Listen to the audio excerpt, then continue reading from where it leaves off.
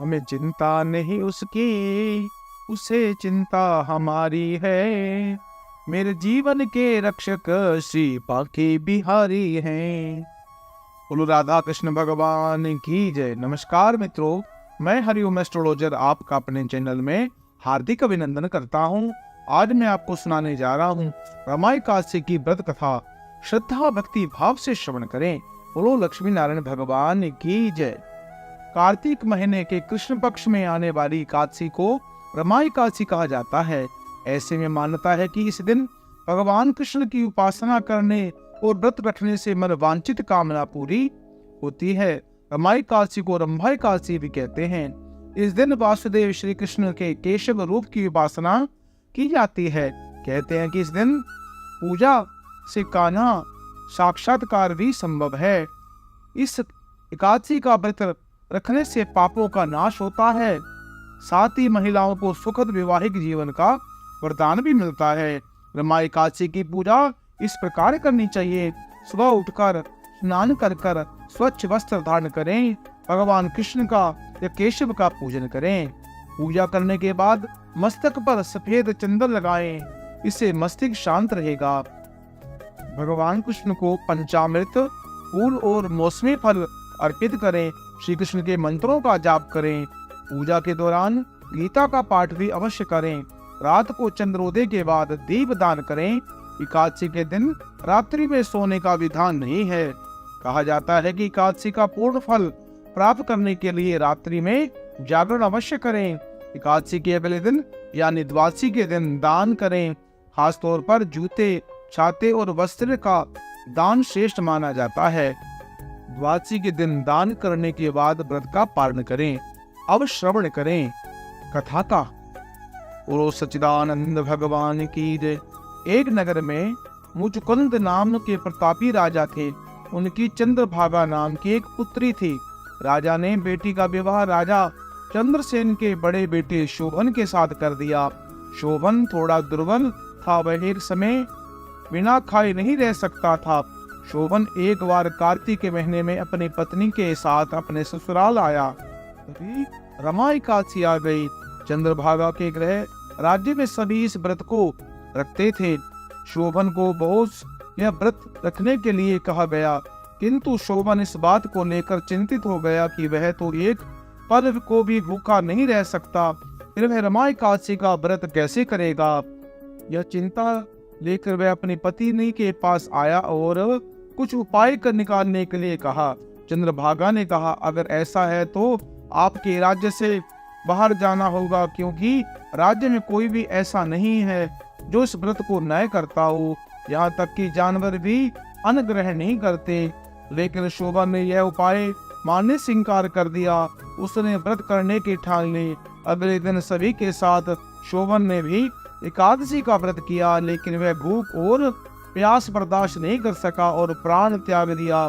चंद्रभागा सती होना चाहती थी, मगर उसके पिता ने यह आदेश दिया कि वह ऐसा ना करे और भगवान विष्णु की कृपा पर भरोसा करे।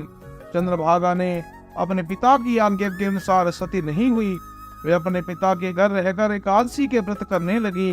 उधर रामायण एकादशी के व्रत के प्रभाव से शोभन को जल से निकाल लिया गया और भगवान विष्णु की कृपा से उसे मंदराचल पर्वत पर धन धान से परिपूर्ण तथा शत्रु रहित देवपुर नाम का एक उत्तम नगर प्राप्त हुआ।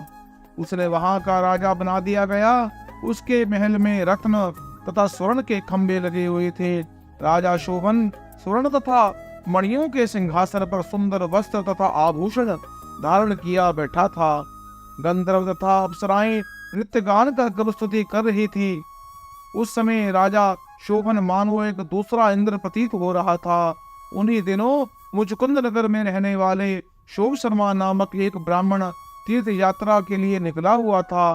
घूमते घूमते वह शोभन के राज्य में जा पहुंचा। उसको ब्राह्मण ने देखा। वह ब्राह्मण उसको राजा का जमाई जानकर उसके निकट आ गया। राजा शोभन ब्राह्मण को देखकर आसन से उठकर खड़ा हुआ। अपने ससुर तथा पत्नी चंद्रभागा की कुशलता क्षेम पूछने लगा। शोभन की बात सुनकर शोभ शर्मा ने कहा। शोभ शर्मा बोले, हे राजन, हमारे राज्य कुशल से है तथा आपकी पत्नी चंद्रभागा भी कुशल से है। जब वह अपना वृतांत बतलाइए। आपने तो रमा एकादशी के दिन अन्न जल ग्रहण न करने के कारण प्राण त्याग दिए थे। मुझे बड़ा विस्मय हो रहा है कि ऐसा विचित्र और सुंदर नगर किसको न तो मैंने कभी देखा है न सुना है।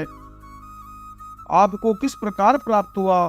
शोभन ने कहा, हे देव, यह सब कार्तिक माह के कृष्ण पक्ष की रमा एकादशी के व्रत का फल है। इसी से मुझे यह अनुपम नगर प्राप्त हुआ, किंतु यह स्थिर है।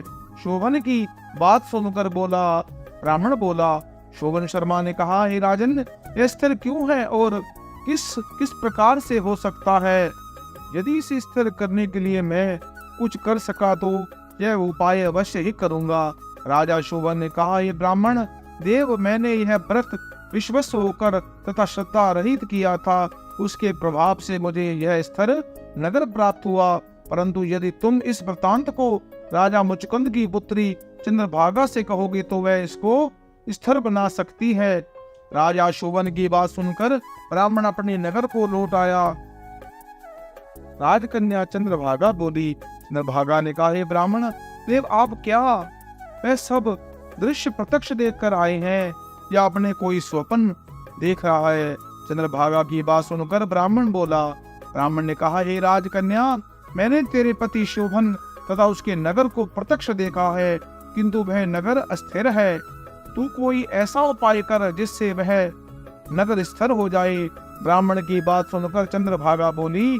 चंद्रभागा ने कहा, हे ब्राह्मण देव, आप मुझे उस नगर में ले चलिए। मैं अपने पति को देख करना चाहती हूँ।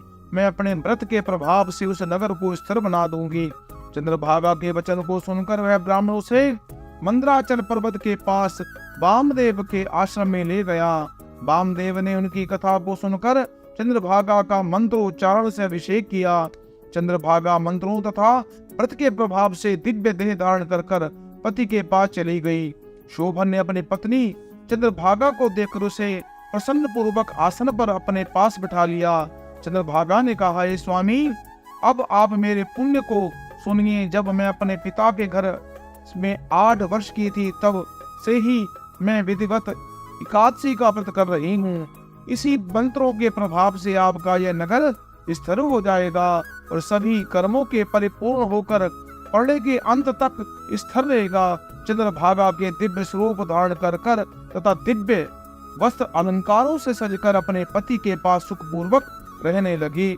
मित्रों, इस प्रकार रमा एकादशी का व्रत करने से जिस प्रकार चंद्रभागा और उसके पति को अनंत सुख की प्राप्ति हुई, सौभाग्य की और सुंदर नगर की प्राप्ति हुई और मृत्यु के भय से मुक्त हो गई, उसी प्रकार जो इस कथा का श्रवण करता है, सुनता है या सुनाता है, वे पुण्य के भागी होते हैं। उनके समस्त पापों का नाश होता है, भगवान की कृपा प्राप्त होती है और अंत में वैकुंठ धाम की प्राप्ति होती है।